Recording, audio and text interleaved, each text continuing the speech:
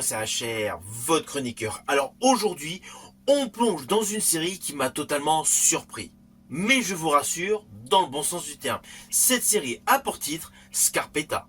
C'est une série disponible sur Prime Video, portée par deux monstres, deux légendes du cinéma. Nicole Kidman et Jamie Lee Curtis. Elles interprètent deux sœurs, sur une histoire adaptée d'un roman de Patricia Cromwell. Alors je vous le dis tout de suite, cela faisait très longtemps que je n'avais pas vu une série policière aussi élégante.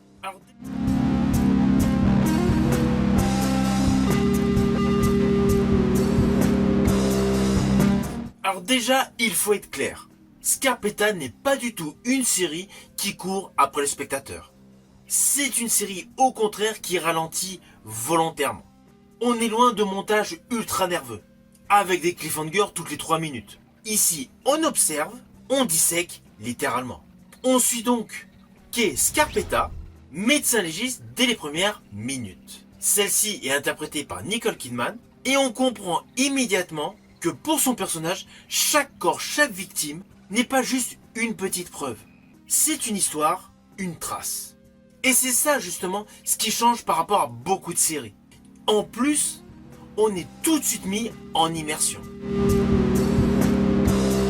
Alors oui, sur le fond, on peut se dire, les enquêtes policières, il y en a pléthore dans des séries. Sauf qu'ici, les enquêtes sont solides, bien construites, surtout aucunement absurdes.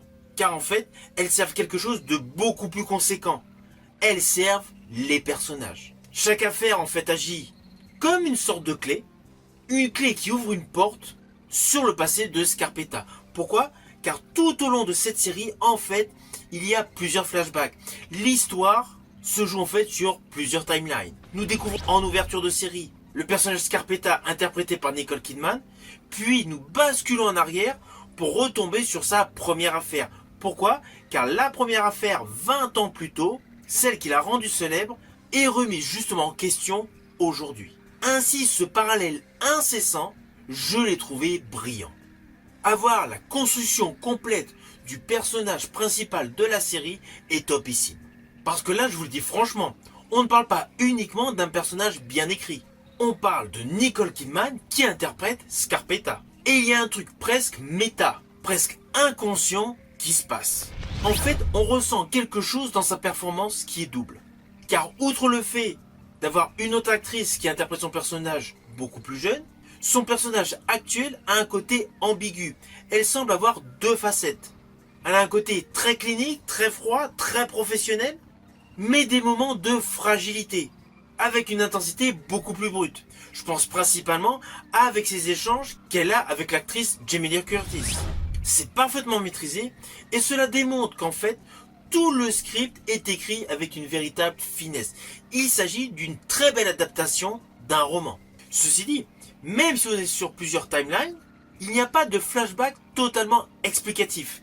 On a un petit bout d'explication, puis on revient à l'heure actuelle pour, un peu plus loin dans le temps, retourner en arrière sur un petit détail supplémentaire. Et c'est cela au fil de tous les épisodes.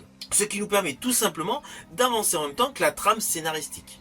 Alors évidemment, cette série a beaucoup de choses qui passent par des regards, des silences et des micro-réactions. Je pense principalement, alors là j'ai oublié le nom de l'acteur, celui qui jouait dans Mentalist, qui dans cette série joue le conjoint donc de Nicole Kidman, de son personnage, Scarpetta. Souvent il interagit uniquement avec des regards, mais on comprend tout de suite ce qu'il se passe. Car dans cette série, toutes les relations humaines sont crédibles. Et en plus, toute la dynamique entre tous les protagonistes principaux fonctionne à merveille. C'est une série qui a un casting de qualité avec des acteurs et des actrices qui jouent leur rôle avec une précision incroyable. On y croit à 100%.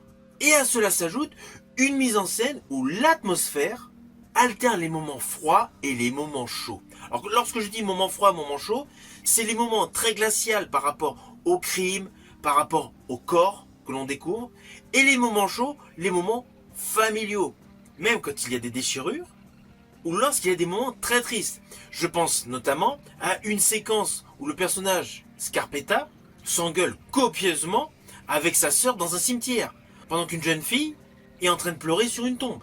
Ainsi, tout au long de cette série, il y a une véritable identité visuelle. Je préciserai même qu'il y a un côté un peu hypnotique sur certains plans séquences. Et les épisodes s'enchaînent super rapidement, on va pas se mentir.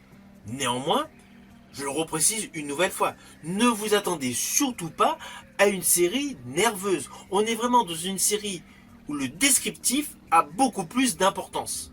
Du coup, implicitement, c'est lent, mais c'est une lenteur maîtrisée.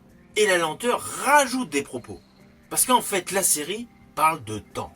Le temps qui passe, le temps qui laisse les traces, et le temps tout simplement qui transforme les gens.